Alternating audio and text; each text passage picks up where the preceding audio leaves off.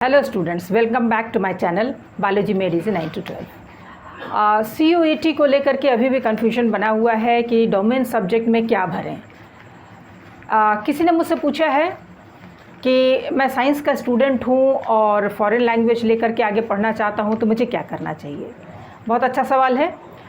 इसका मतलब है कि आप लैंग्वेज की तरफ बढ़ना चाहते हो, तो उसके लिए आपके पास जो ऑप्शन है वो ये है कि आपको स्ट्रीम चेंज करना होगा। मैंने अपने पिछले वीडियो में भी, ऊपर आई बटन में आप देख लोगे, पिछले वीडियो में भी मैंने ये बताया था कि अगर आप साइंस से आर्ट्स की तरफ स्विच ऑन करना चाहते हो तो उसके लिए आपको जनरल टेस्ट देना ज़रूरी है। सेक्शन 1A के तहत आपको एक लैंग्वेज लेना ज़रूरी है।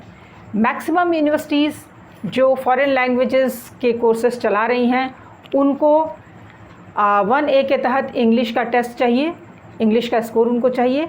उसके अलावा उनको चाहिए सेक्शन 3 का जनरल टेस्ट। तो ये दोनों आपको करना ही करना है। डोमेन सब्जेक्ट के लिए आपका कुछ बचा ही नहीं, क्योंकि फॉरेन लैंग्वेजेस जाहिर है प्लस 2 में आपने लिया ही नहीं है। तो एक तो जनरल टेस्ट हो गया और दूसरा इंग्लिश। मैं आपको CUET के ऑफिशियल वेबसाइट में जो पार्टिसिपेटिंग यूनिवर्सिटीज़ हैं उसकी लिस्ट को दिखाऊंगी। और तो ज़रा ऑफिशियल वेबसाइट को खोल कर देखते हैं कि वहाँ क्या है, ताकि आपको भी तसल्ली हो जाए। तो CUET के ऑफिशियल वेबसाइट पर जाते हैं और पार्टिसिपेटिंग यूनिवर्सिटीज़ को क्लिक करते हैं। ओके,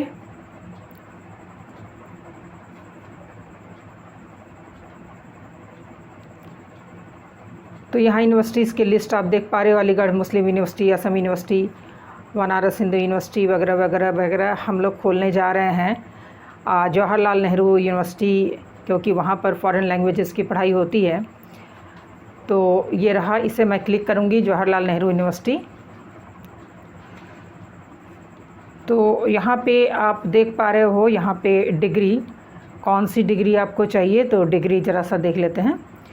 तो डिग्री में BA ऑनर्स पर्शियन है, BA honours Pashto, Arabic, Japanese. तो चलो कोई एक फ़ॉरेन लैंग्वेज लेते हैं, तो जापनीज़ को ले लेते हैं BA ऑनर्स के तहत। तो इसमें करना क्या है, टू अपीयर फॉर CUET 2022, यहाँ पे सेक्शन 1A में आपको इंग्लिश लेना ज़रूरी है और सेक्शन 3 में जनरल टेस्ट देना ज़रूरी है। अगर ये दोनों टेस्ट नहीं दोगे तो JNU में एडमिशन नहीं होगा। ये दोनों टेस्ट देना ज़रूरी है। तो दूसरे फॉरेन लैंग्वेजेस के केस में भी वही है, जैसे कि कोरियन है। कोरियन में भी आपको यही बताया गया है, सेक्शन 1A का इंग्लिश और जनरल टेस्ट देना है सेक्शन C के अंदर। तो ये है JNU की website, the English and foreign languages university. इसको ज़रा क्लिक किया जाए, इसकी रिक्वायरमेंट क्या है। तो चलिए इसकी रिक्वायरमेंट देख लेते हैं। BA honours research, BA honours research, Arabic है, चाइनीज़ है, फ्रेंच भी है, जर्मन भी है, जापनीज़ भी है, कोरियन भी है। तो चलिए लगभग सभी आपकी जो रिक्वायर्ड फॉरेन लैंग्वेजेस हैं वो यहाँ पे है। तो ज़रा इसका रिक्वायरमेंट देख लेते हैं। तो रिक्वायरमेंट है कि इंग्लिश टेस्ट और जनरल टेस्ट, यानी सेक्शन 1A से इंग्लिश आप दे रहे हैं और सेक्शन 3 से आप जनरल टेस्ट दे रहे हैं।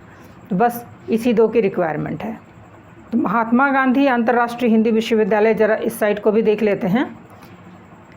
इसमें जो कोर्सेस हैं डिग्री में आते हैं, तो हिंदी लैंग्वेज है, संस्कृत लैंग्वेज है, मराठी, उर्दू, इंग्लिश।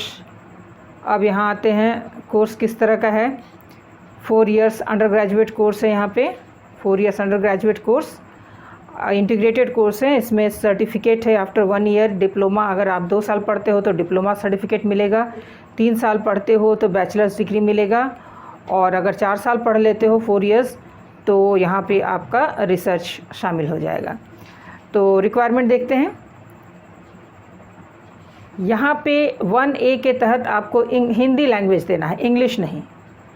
और अगर आप फ्रेंच पढ़ना चाहते हो तो फ्रेंच, स्पेनिश पढ़ना चाहते हैं तो स्पेनिश, और चूँकि आपका फॉरेन लैंग्वेज +2 में नहीं रहा था, इसलिए एक ऑप्शन है आपका जनरल टेस्ट का। तो आपको हिंदी देना है 1A के तहत और जनरल टेस्ट देना है सेक्शन C में। यानी अल्टीमेटली एक ही फार्मूला सब पर लागू होता है। एक तो 1A के तहत एक लैंग्वेज, मोस्टली वो इंग्लिश है, इस पर्टिकुलर यूनिवर्सिटी में ये हिंदी है। सभी फॉरेन लैंग्वेज में यहाँ पर भी देखो ये स्पेनिश है, स्पेनिश में भी आपको फर्स्ट जो 1A के तहत लैंग्वेज लेना है वो हिंदी है। और स्पेनिश अगर आप एग्ज़ाम दे सकते हो तो ठीक है, नहीं तो उसका ऑप्शन दिया हुआ है जनरल टेस्ट फ्रॉम सेक्शन 3। तो लगभग सभी में एक ही है। तो और आप बिना डिटेल देखे आप नहीं भरोगे, क्योंकि आपका रिक्वायरमेंट क्या है।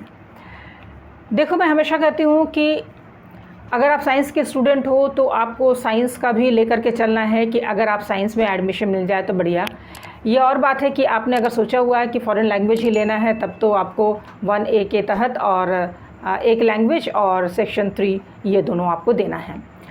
लेकिन मेरा जो अपना सुझाव है वो ये है कि आप सारे स्कोप लेकर के चलो। 1A के तहत लैंग्वेज तो 2 ही, इंग्लिश एज़ कंपलसरी। पहले भी मैंने कहा था पिछले वीडियो में भी कि इंग्लिश तो आप लेना ही लेना, और डोमेन में अपने साइंस के सब्जेक्ट को दे देना। सेक्शन 2 में 2 ही सब्जेक्ट दे सकते हो, स्लॉट 1 में तो 2 सब्जेक्ट उधर चूज़ कर लेना। जनरल टेस्ट ज़रूर देना अगर आपको स्ट्रीम चेंज करना हो तो भी, और अगर फॉरेन लैंग्वेजेस पढ़ना हो तो भी, दोनों केसेस में। और स्लॉट 2 में जा कर के एक लैंग्वेज, हिंदी या जो भी आपका लैंग्वेज है वो आप दे दो, और उधर डोमेन सब्जेक्ट्स जो है, जो बचे हुए डोमेन सब्जेक्ट्स आप 2 या 3 जो देना चाहते हो दे दो। इससे क्या होगा कि आपका साइंस का भी रास्ता खुला रहेगा, जिस यूनिवर्सिटी में भी आप लेना चाहोगे। अगर आपका score up to the mark है तो आप ले सकते हो साइंस में, और अगर स्विच ओवर करना चाहते हो आर्ट्स में तो भी कर सकते हो, क्योंकि आपने 1A के तहत लैंग्वेज दिया हुआ है और 3A सेक्शन भी दिया हुआ है। और अगर आप फॉरेन लैंग्वेजेस चूज़ करना चाहते हो तो भी 1A और इधर सेक्शन 3 आपको मदद करने वाला है। जो भी क्वेरीज़ हो आप डायरेक्ट पूछ लेना कमेंट बॉक्स में लिख करके। अगर मेरे चैनल को आपने अभी तक सब्सक्राइब नहीं किया है तो सब्सक्राइब तो कर लो, और लाइक और शेयर ज़रूर करना ताकि आपके दोस्तों को भी इसका फ़ायदा मिल सके।